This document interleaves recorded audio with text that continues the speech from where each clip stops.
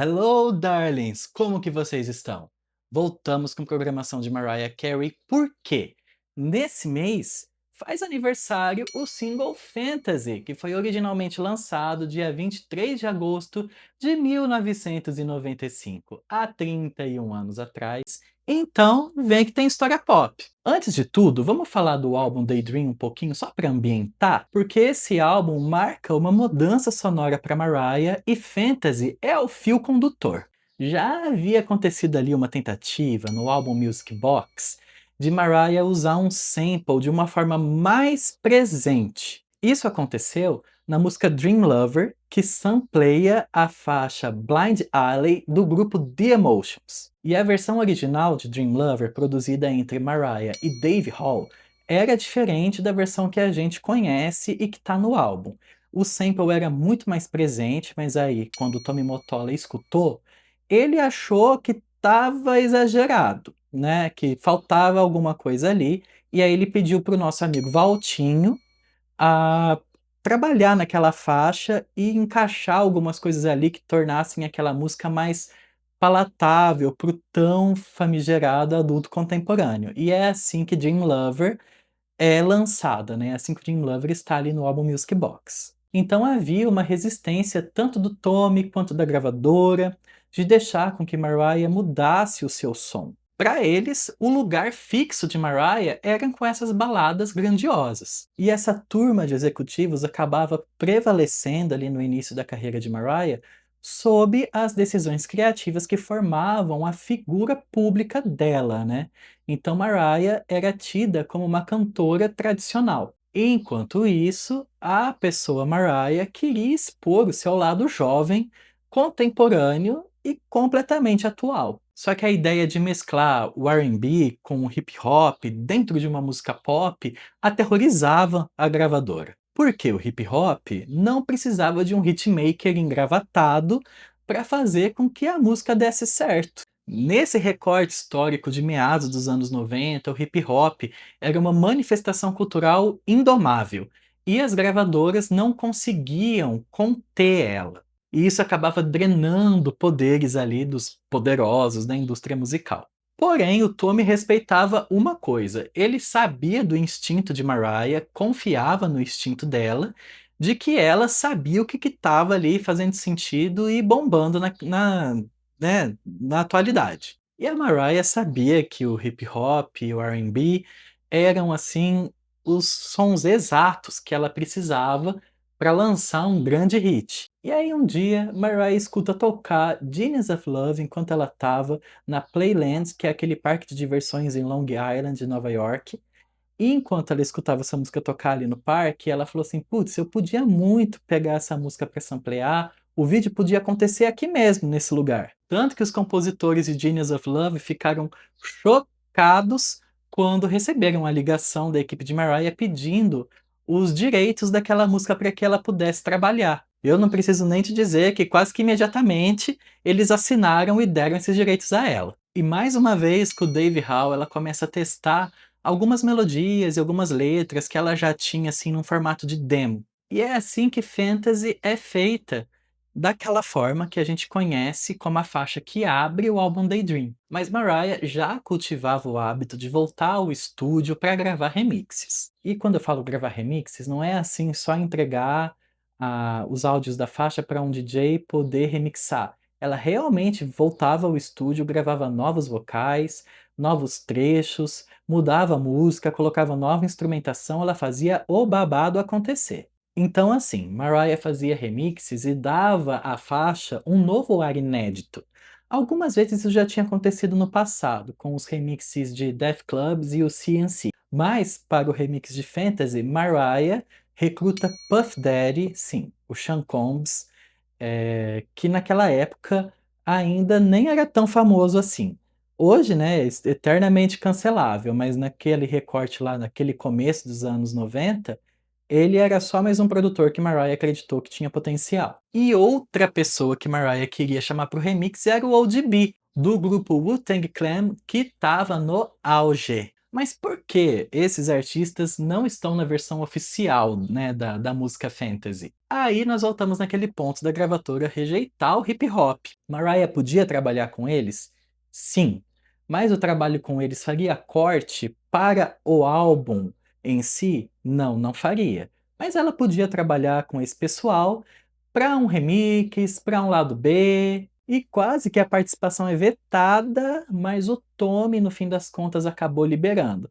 Ai, que bonzinho o Tommy Mottola, não foi nada disso. Foi só de tanto que a Mariah insistiu e foi meio que no tipo, ah, tá, assim, da parte dele, sabe? Pelo menos é isso que a Mariah conta na autobiografia dela. Que ele falou assim, ai, tá bom, vai, eu permito que tenha um barulho de hip hop no fundo desse remix aí. Vai, pode fazer, Mariah. Mas mal sabia ele que é esse barulho de hip hop, né, a qual ele se referiu dessa forma assim, tão lixosa, que faria a música ser um grande sucesso. A sessão no estúdio com o Puff e com o ODB acontece, eles gravam, Mariah volta para casa, enquanto eles ficam ainda lá no estúdio para finalizar o remix. Tom e Mariah já estavam deitadinhos na cama quando o telefone toca, ela atende e é lá do estúdio, né? O Puff falando: Ó, terminamos, né? Vou tocar para você aí como que ficou. Aí a Mariah coloca o telefone no Viva Voz e ele começa a tocar o remix. E aí, Mariah conta que ela ficou super sônica enlouquecida. Ela levantou, ela começou a pular na cama, gritar, achar aquilo o máximo. Ela assim ficou na estratosfera. E aí ela olhou pro Tommy e não podia ter expressão mais perplexa na cara desse homem. Tanto que a única coisa que ele falou quando ela escutou essa música, e ele também ali na Viva Voz, foi tipo, desliga essa merda. E ali Mariah sabia que já era o começo do fim, né? A certeza do começo do fim. Porque a música era o único elo que ela e Tommy tinham em comum. E agora, depois desse remix, dela escutar esse remix, é como se ela tivesse sido assim, como é que fala? Abduzida e ela e Tommy estivessem assim em sistemas solares completamente diferentes. Aí o single duplo de Fantasy é lançado em 23 de agosto de 1995. Do lado A, a faixa original produzida por Dave Hall, do lado B, o remix com o ODB. E é assim que lançada, explodiu. Esse single vendeu 229 mil cópias só na primeira semana e chega ao número 1, estreando direto em primeiro lugar na Billboard Hot 100 em 30 de setembro. Lembrando que naquela época, diferente de hoje, a contabilidade era demorada, então o single foi lançado no dia 23 de agosto, estreou na Hot 100 só em 30 de setembro, por quê? A única forma de contabilizar os singles era recebendo ali os recibos de quantos singles físicos haviam sido vendidos em todas as lojas pelo país e também quanto que esse single estava tendo rotatividade nas rádios, seja pelas rádios tocando eles em sua programação ou de pedidos das pessoas que telefonavam para a rádio para pedir para tocar determinada música. Então não é como é hoje, que é no streaming é imediato, por isso que ela vai estrear praticamente só um mês depois. Mas uma vez que ela estreia direto no primeiro lugar, a Mariah se torna a primeira artista mulher na história da música a ter um single que estreia direto no primeiro lugar da Hot 100. E ela é apenas a segunda pessoa, homem ou mulher, em toda a história a conseguir esse feito. O primeiro é ninguém mais, ninguém menos do que Michael Jackson com o single You Are Not Alone. E aí, Fantasy se tornou o maior hit de Mariah até então. Ela fica 8 semanas consecutivas em primeiro lugar, entra ali no primeiro lugar no dia 30 de setembro e fica até o dia 18 de novembro invicta no primeiro lugar. Mas aí vem uma música que tira Fantasy do primeiro lugar, que é Exhale, da Whitney Houston, e, coincidência ou não, também estreia direto no primeiro lugar. Olha só que troca de coroa maravilhosa. No total, Fantasy ficou 25 semanas consecutivas dentro do top 40 da Hot 100. Mas, além desse chart, também pegou o primeiro lugar no chart R&B, no chart Dance e no chart Pop. E também se tornou a segunda música mais vendida de 1995, vendendo mais de 1,5 milhão de cópias só desse single, mas o single continuaria vendendo horrores durante 1996, chegando a bater a marca de 8 vezes platina por 8 milhões de cópias vendidas do single. Do single. Não tô nem contando as vendas do álbum. Em outros territórios, principalmente aqueles que eram os principais de Mariah, o single também é um mega de um sucesso.